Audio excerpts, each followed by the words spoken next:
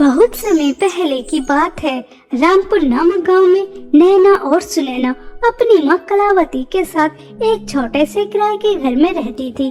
कलावती बहुत मेहनत से खेतों में मजदूरी करती थी, तब जाकर वह अपनी दोनों बेटियों को 2 समय का खाना खिला पाती थी। लेकिन धीरे धीरे कलावती की तबीयत खराब रहने लगी और एक दिन अचानक शाम को खेतों से मजदूरी कर कर घर वापस आती है तो वह बेहोश हो जाती है। अपनी माँ को बेहोश देखकर नैना और सुनैना बहुत ज्यादा घबरा जाती है। कुछ समय बाद कलावती को होश आता है। तभी सुनैना कहती है, क्या माँ, आपने तो हमारी जान ही निकाल दी थी। आपके सिवा हमारा इस दुनिया में है ही कौन। मैं कितने दिन से देख रही हूँ आपकी तबीयत बहुत ज्यादा खराब रह रही है। आपको डॉक्टर को दिखाना चाहिए। नैना सुनैना, मेरी प्यारी बच्चियों, अब डॉक्टर को दिखाने का समय नहीं रहा।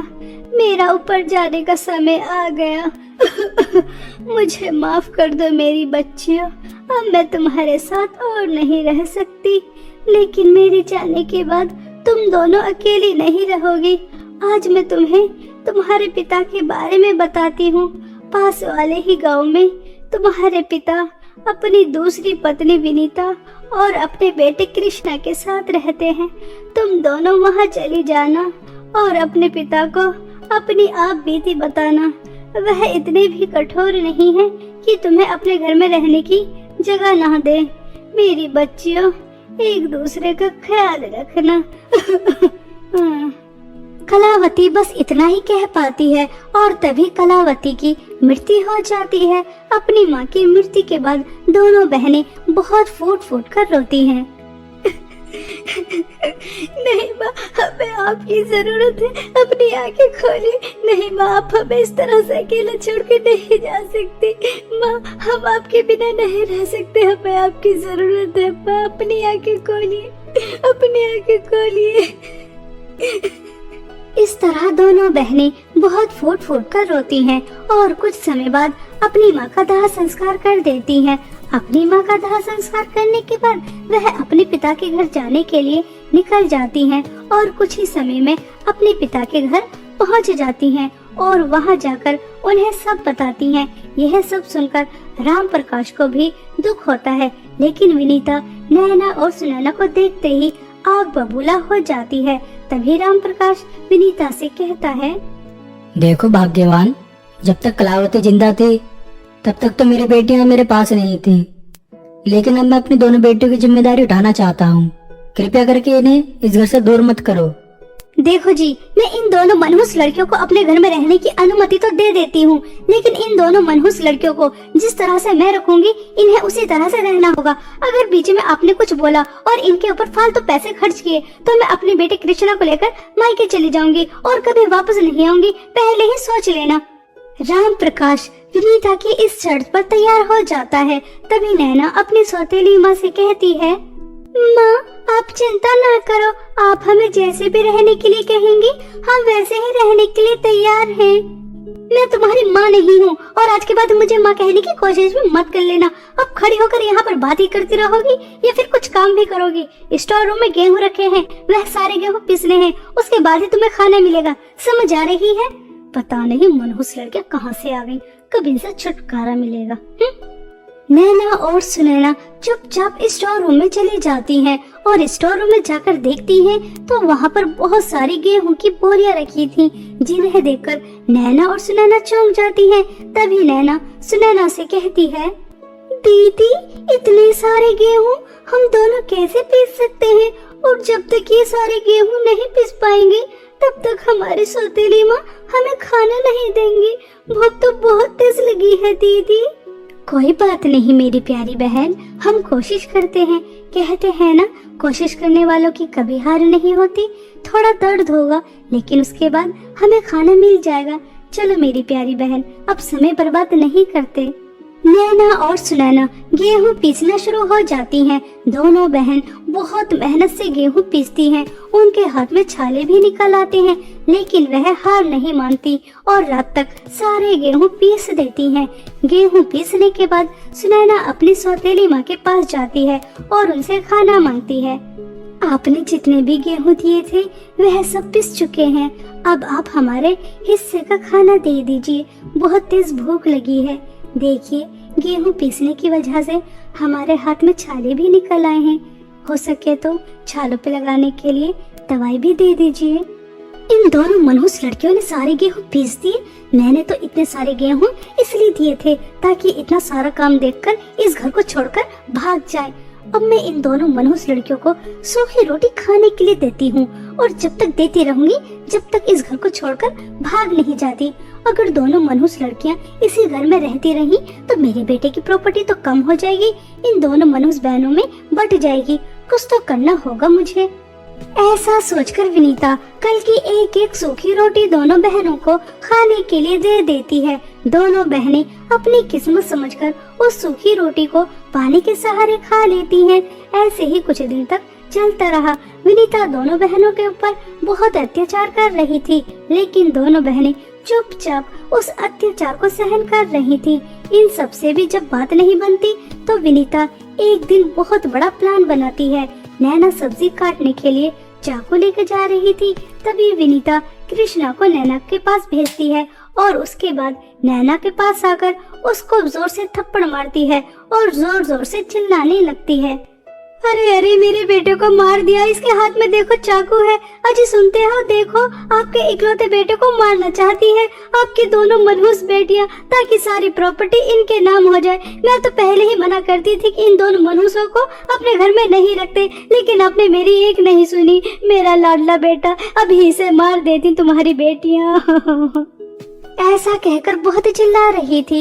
राम प्रकाश आकर देखता है तो नैना के हाथ में चाकू और कृष्णा नीचे लेटा हुआ था। यह देखकर राम प्रकाश को भी धोखा हो जाता है कि जैसे नैना कृष्णा को मारना चाहती थी। तभी राम प्रकाश नैना और सुनैना को धक्के मारकर अपने घर से बाहर निकाल देता है। बेचारी नैना और सुनैना अपनी सफाई में कुछ कह भी नहीं पाती और चुपचाप अपने पिता का घर छोड़कर एक जंगल में आ जाती हैं। तभी नैना रोते हुए सुनैना से कहती है,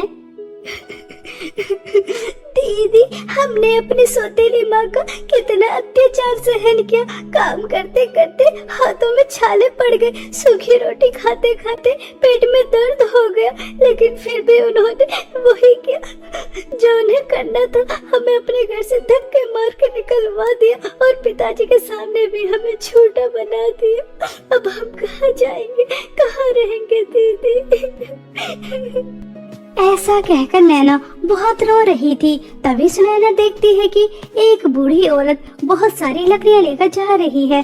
तभी सुनैना उस बूढ़ी औरत के पास जाती है और उस बूढ़ी औरत की मदद करने के लिए कहती है। तभी वह बूढ़ी औरत कहती है, बेटा, तुम्हारा बहुत बहुत धन्यवाद, लेकिन मैं बुढ़िया नहीं हूँ, मैं एक परी हूँ। मुझे एक जादूगरनी ने अपनी काली शक्तियों से बुढ़िया बना दिया और वह मुझसे दिन रात काम करवाती है। तुम दोनों बहुत अच्छी हो, क्योंकि आज तक किसी ने मेरी मदद के लिए नहीं कहा। तुम ही मेरी मदद कर सकती हो। उस जादूगरनी के पास मेरा जादुई सोने का गुलाब घर और दूसरा जादुई चांदी का गुलाब घर है।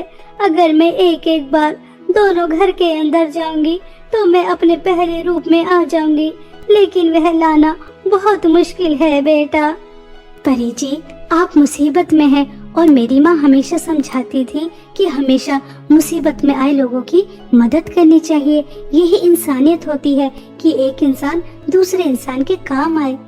नैना और सुनैना परी से ऐसा कहकर जादूगरनी की गुफा में पहुंच जाती हैं और चुपके से पीछे से जादूगरनी के ऊपर हमला कर देती हैं और उसके बाद उसे बांध देती हैं। तभी जादूगरनी नैना और सुनैना से कहती है, देखो देखो, तुम दोनों बहनें बहुत बड़ी गलती कर रही हो। अगर तुम मुझसे हाथ मिला लेती हो तो मैं तुम्हें बहुत सारी धन दौलत दूंगी, इतनी धन दौलत कि तुम्हें कभी किसी चीज की कोई कमी नहीं होगी। लेकिन तुम उस बुढ़िया परी को यह जादू सोने और चांदी के गुलाब घर ले जाकर मत दो। मेरी बरसों की मेहनत है, मैंने इन्हें बहुत मेहनत से चुराया है और उस परी को बुढ़िया बनाया है। तुम ऐसा मत करो। चुप कर दुष्ट जादूगरनी, हमें धन दौलत का लालच नहीं है, हम उस परी की मदद करना चाहते हैं। और तू जादू सोने और चांदी के गुलाब घर से इस दुनिया पर राज करना चाहती है ना? हम ऐसा नहीं होने देंगे। अभी देख हम बाहर निकल कर तेरे साथ क्या करते हैं। इस तरह दोनों बहनें बहुत बहादुरी से उस जादूगरनी से जादू सोने और चांदी के गुलाब घर लेकर बाहर आ जाती हैं और कुछ समय बाद जादुई सोने और चांदी के गुलाब घर उस बूढ़ी परी को दे देती हैं। जैसे ही वह परी जादुई सोने के गुलाब के घर के अंदर और जादुई चांदी के गुलाब के घर के अंदर कदम रखती है तो वह पहले की तरह बहुत सुंदर परी बन जाती है। और उसके बाद वह दोनों बहनों से कहती है, सच में तुम दोनों बहनों ने धन दौलत का लालच नहीं किया। तुमने ईमानदारी से जादू सोने और चांदी का गुलाब घर मुझे लाकर दे दिया। अगर तुम चाहती तो जादूगरनी की बात मान लेती और धन दौलत लेकर मुझे यह जादू सोने और चांदी के गुलाब घर कभी न देती। इसलिए मैं तुम्हारी ईमानदारी देखकर तुम्हें जादू सोने का गुलाब घर देती हूँ। इस घर में तुम्हें बहुत सारी धन दौलत मिलेगी, कभी किसी चीज की कोई कमी नहीं होगी। परी की बातें सुनकर दोनों बहनें बहुत खुश हो जाती हैं और परी को धन्यवाद कहती हैं। कुछ समय बाद जादुई सोने के गुलाब के घर के अंदर चली जाती हैं और वहां जाकर दोनों बहनें देखती हैं तो वहां पर बहुत सारी धन दौलत होती है।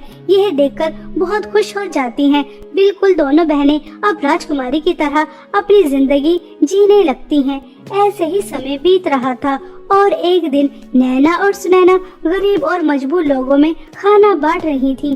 तभी दोनों बहनें देखती हैं कि विनीता भी उसी लाइन में लगी है। नैना और सुनैना वहां जाकर अपनी सौतेली माँ से पूछती हैं कि वह इस लाइन में क्यों लग रही हैं। तभी विनीता रोते हुए नैना और सुनैना से माफी मांगती है। मुझे माफ कर दो तुम दोनों। मैंने तुम जैसी बेसहारा अनाथ लड़कियों पर इतना अत्याचार किया और जानबूझकर तुम्हारे ऊपर झूठा इल्जाम लगाकर घर से निकाल दिया, जिसकी सजा मुझे बहुत अच्छी तरह मिली। तुम्हारे घर से जाने के बाद पहले तुम्हारे पिता हमें छोड़कर चले गए और उसके बाद मेरा बेटा बहुत बीमार हो गया।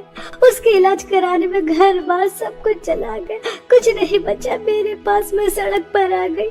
हो सके तो मुझे माफ कर दो मेरी बच्ची, मुझे माफ कर दो। माँ, गलती तो हम इंसानों से ही होती है और अगर गलती का पछतावा हो जाए तो उस इंसान को दूसरा मौका दे देना चाहिए। इसलिए हम दोनों बहनों ने तुम्हें माफ कर दिया। आप कृष्णा के साथ हमारे जादुई सोने के गुलाब के घर के अंदर रह सकती हैं। इस तरह नैना और सुनैना अपनी सौतेली माँ को बड़ा दिल करके माफ कर देती हैं और उनके साथ और अपने सौतेले भाई के साथ जादुई सोने के गुलाब के घर के अंदर एक हंसी खुशी जीवन बिताती हैं। बहुत समय पहले की बात है। सोनापुर नामक गांव में 3 बहनें पूनम, संध्या और वर्षा, तीनों बहनें अपनी माँ कलावती के साथ रहती थी। तीनों बहनें बहुत ही ज्यादा सुंदर थी, लेकिन वह हमेशा दस्ताने पहने रखती थी। वह किसी भी चीज को हाथ नहीं लगा सकती थी। अगर पूनम किसी चीज को हाथ लगाती तो वह चीज बर्फ की बन जाती और संध्या अगर किसी चीज को हाथ लगाती तो उस चीज में आग लग जाती और वर्षा अगर किसी चीज को हाथ लगाती तो मानो जैसे धरती पर भूकंप आ गया हो, सब चीजें बुरी तरह से हिलने लग जाती। इसलिए तीनों बहनें भूल कर भी अपने दस्ताने नहीं उतारती थी। आज तीनों बहनों का कॉलेज में पहला दिन था। तभी तीनों बहनों की माँ कलावती तीनों से कहती है, मेरी प्यारी बच्चियों, मैं जानती हूँ कि तुम बहुत ज्यादा समझदार हो, फिर भी मैं तुम्हें बताती हूँ, भूल कर भी कॉलेज में अपने दस्ताने मत उतारना। चाहे कोई तुम्हारे दस्तानों का कितना भी मजाक क्यों न उड़ाए, लेकिन तुम्हें दस्ताने नहीं उतारने। माँ, मुझे एक बात समझ में नहीं आती। हम साधारण सी तो लड़की हैं, फिर हमारे पास ये है शक्तियाँ क्यों हैं? आज तक आपने हमें इसके बारे में नहीं बताया। आज तो आपको हमें बताना ही होगा। ठीक है बेटा, यह बात बहुत पुरानी है, यह सब कुछ तुम्हारे पिताजी की वजह से हुआ। तुम्हारे पिताजी एक लड़की से प्यार करते थे और उन दोनों की शादी भी होने वाली थी। शादी वाले दिन ही तुम्हारे पिता को पता चला जिस लड़की से वह प्यार करते हैं असल में वह चुड़ैल है जिसने सुंदर लड़की का मुखौटा पहन रखा है। तभी तुम्हारे पिताजी उस चुड़ैल को मंडप में छोड़कर भाग गए और उन्होंने मुझसे शादी कर ली। और जब इस बात की खबर चुड़ैल को लगी तो उसने तुम्हारे पिताजी को श्राप दिया कि तुम्हारे यहाँ पर जो भी संतान होगी वह साधारण नहीं होगी। उस चुड़ैल के श्राप की वजह से ही तुम तीनों किसी चीज को हाथ नहीं लगा सकती बेटा। पिताजी को ऐसा नहीं करना चाहिए था। अगर वह चुड़ैल से प्यार करते थे तो उसे शादी भी कर लेते। उनकी वजह से हमें ये श्राप तो मिला नहीं होता। हम तीनों बहनों को कितनी परेशानी होती है हम ही जानते हैं। ऐसा कहकर तीनों बहनें कॉलेज चली जाती हैं। तभी तीनों बहनों को कॉलेज की सीनियर लड़कियां देख लेती हैं और वह उनके पास जाती हैं और उनसे कहती हैं, आज तुम तीनों बहनों का इस कॉलेज में पहला दिन है और हम इस कॉलेज की सीनियर लड़कियां हैं, इसलिए तुम्हारी रैगिंग होनी तो जरूर है।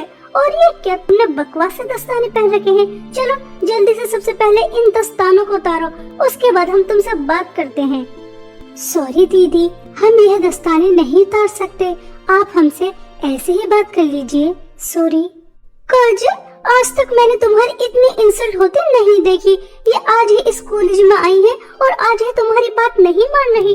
काजल, तुम्हें इन्हें सबक सिखाना चाहिए, वरना आज इनकी इतनी हिम्मत हो रही है, कल और हिम्मत हो जाएगी और उसके बाद इस कॉलेज में कोई भी तुम्हारी बात नहीं सुनेगा।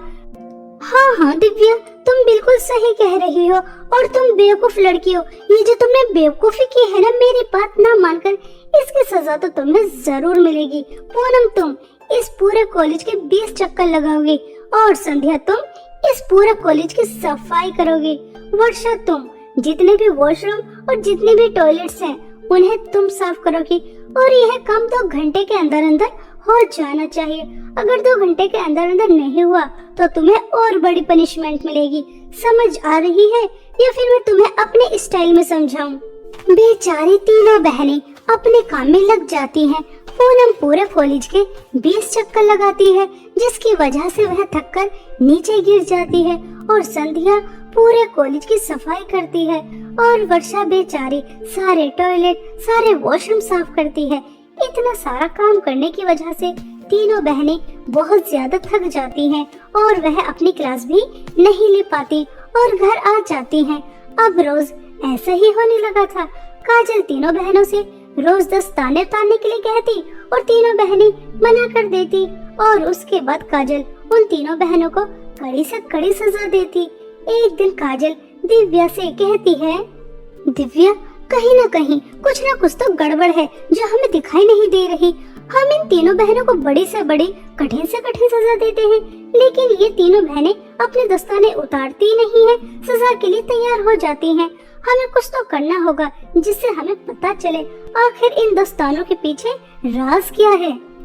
ऐसा कहकर दोनों एक प्लान बना लेती हैं और दिव्या 3 गिलास के अंदर नशीली दवाई डालकर तीनों बहनों के पास लेकर जाती है और उनसे कहती है, आज तुम्हें बहुत कठिन सजा मिली है। मैं काजल जितनी कठोर नहीं हूँ, इसलिए मैं तुम तीनों के लिए जूस लेकर आई हूँ। तुम तीनों बहन आराम से पी लो, ठीक है? उसके बाद काम कर लेना। बेचारी तीनों बहनों को कहाँ पता था कि उनके साथ क्या होने वाला है। जैसे ही तीनों बहनें वह जूस पीती हैं तो तुरंत तीनों बेहोश हो जाती हैं और उन तीनों के बेहोश होते ही काजल और दिव्या उनके दस्ताने उतार देती हैं। और कुछ समय बाद जब उन्हें होश आता है तो वह देखती हैं कि उनके हाथ में तो दस्ताने ही नहीं है। तभी तीनों बहनें घबरा जाती हैं और संध्या रोते हुए दोनों बहनों से कहती है,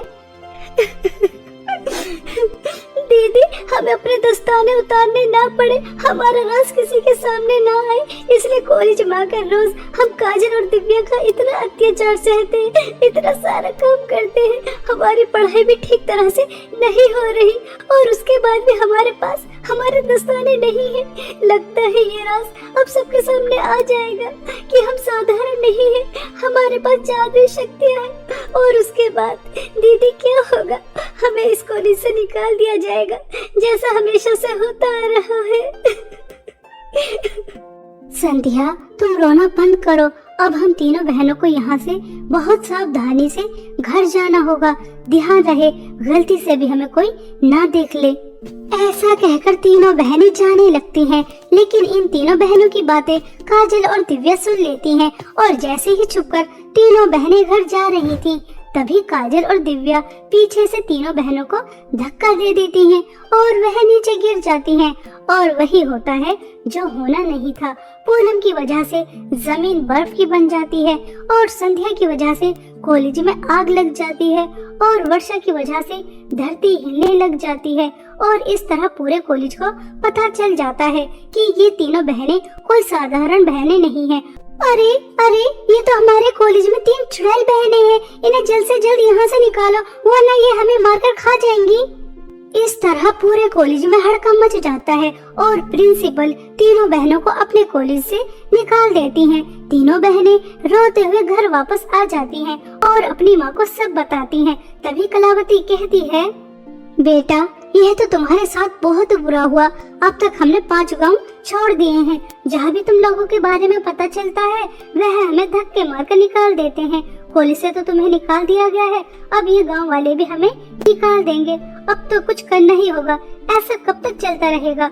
मुझे पता चला है काली पहाड़ी के पास एक जादूगरनी रहती है, हमें उसके पास जाना चाहिए। हो सकता है कि वह कोई समाधान ही बता दे। इस तरह कलावती अपनी तीनों बेटियों को जादूगरनी के पास ले जाती है और वहां जाकर जादूगरनी को सब बताती है। तभी वह जादूगरनी कलावती से कहती है, हाँ, इसका समाधान है। मैंने अभी अपने जादुई गोले में देखा है। इन तीनों बहनों को जो श्राप मिला है उससे इन्हें मुक्ति मिल सकती है, लेकिन उससे पहले तेरी इन तीनों बेटियों को ऐसे लड़कों से शादी करनी होगी जिनसे कोई भी लड़की शादी करना कभी पसंद नहीं करेगी। उनसे तेरी बेटियों को शादी करनी होगी और उन्हें सच्चे दिल से अपना पति भी मानना होगा और उनकी सेवा भी करनी होगी, तभी इन्हें श्राप से मुक्ति मिल सकती है। जादूगरनी की बात मानकर कलावती अपनी तीनों बेटियों को जादूगरनी के पास से घर लेकर आ जाती है और ऐसे 3 लड़कों को ढूंढने निकल जाती है जिन्हें देखकर कोई भी लड़की शादी करना नहीं चाहेगी। कलावती ऐसे ही लड़कों की तलाश कर रही थी। तभी कलावती देखती है एक बूढ़ी औरत एक पेड़ के नीचे बैठी रो रही थी। तभी कलावती उसके पास जाती है और उस बूढ़ी औरत से पूछती है कि वह क्यों रो रही है। तभी वह बूढ़ी औरत कलावती से कहती है, मेरी उम्र हो चुकी है, मेरा कुछ पता नहीं मैं कब इस दुनिया को छोड़कर चली जाऊं। मरने से पहले अपने तीनों बेटों की शादी देखना चाहती हूँ, लेकिन मेरे बेटों की शादी होती नहीं है क्योंकि एक अंधा है, एक गूंगा है और एक लंगड़ा है। अब तुम ही बताओ, ऐसे लड़कों से वो लड़की शादी कर सकती है? मैं अपने तीनों बेटियों की शादी आपके तीनों बेटों से कराना चाहती हूँ, अगर आपको कोई आपत्ति ना हो तो। कलावती की यह बात सुनकर वह बूढ़ी औरत बहुत ज्यादा खुश हो जाती है और वह अपने बेटों की शादी तुरंत कलावती की बेटियों से कराने के लिए तैयार हो जाती है। और कुछ ही दिनों में बहुत धूमधाम से पूनम, संध्या और वर्षा की शादी उस बूढ़ी औरत के तीनों बेटों से हो जाती है। तीनों बहनें अपने अपने पति की बहुत सेवा करती हैं, उन्हें सच्चे दिल से अपना पति मानती हैं, उनका बहुत ख्याल रखती हैं। लेकिन एक दिन तीनों बहनें बातें कर रही थीं। काश हमारे पति भी ठीक हो जाएं, मेरा पति बोलने लग जाए, तुम्हारा पति चलने लग जाए और वर्षा तुम्हारा पति देखने लग जाए तो कितना अच्छा होगा। हमने सच्चे दिल से अपने अपने पति को अपना मान लिया है और अगर ये ठीक हो जाए तो कितना अच्छा रहेगा। पूनम बस इतना कहती ही है, तभी वह देखती है कि तीनों के पति बिल्कुल ठीक हो जाते हैं, उनके अंदर किसी भी प्रकार की कोई कमी नहीं रहती। यह देखकर तीनों बहनें बहुत ज्यादा खुश हो जाती हैं। तभी तीनों बहनें समझ जाती हैं कि उन्हें श्राप से मुक्ति मिल चुकी है और उनका वह श्राप वरदान में बदल गया है। तीनों बहनें यह बात खुशी खुशी अपनी सास को बताती हैं। तभी वह खुश होकर अपनी तीनों बहुओं से कहती है, अरे वाह, मेरी तो एक नहीं, 2 नहीं, 3 बहुएं जादुई हैं, जिनकी जादुई शक्ति से मेरे बेटे बिल्कुल ठीक हो गए और अब तो धन दौलत की भी कोई कमी नहीं रहेगी। मेरे घर में साक्षात लक्ष्मी आई है, मैं तो धन्य ही हो गई ऐसी जादुई 3 बहुएं पाकर। इस तरह तीनों बहनें जादुई बहुएं बनकर अपने ससुराल में एक हंसी खुशी जीवन बिताती हैं। अब उन्हें दस्ताने भी पहनने नहीं पड़ते।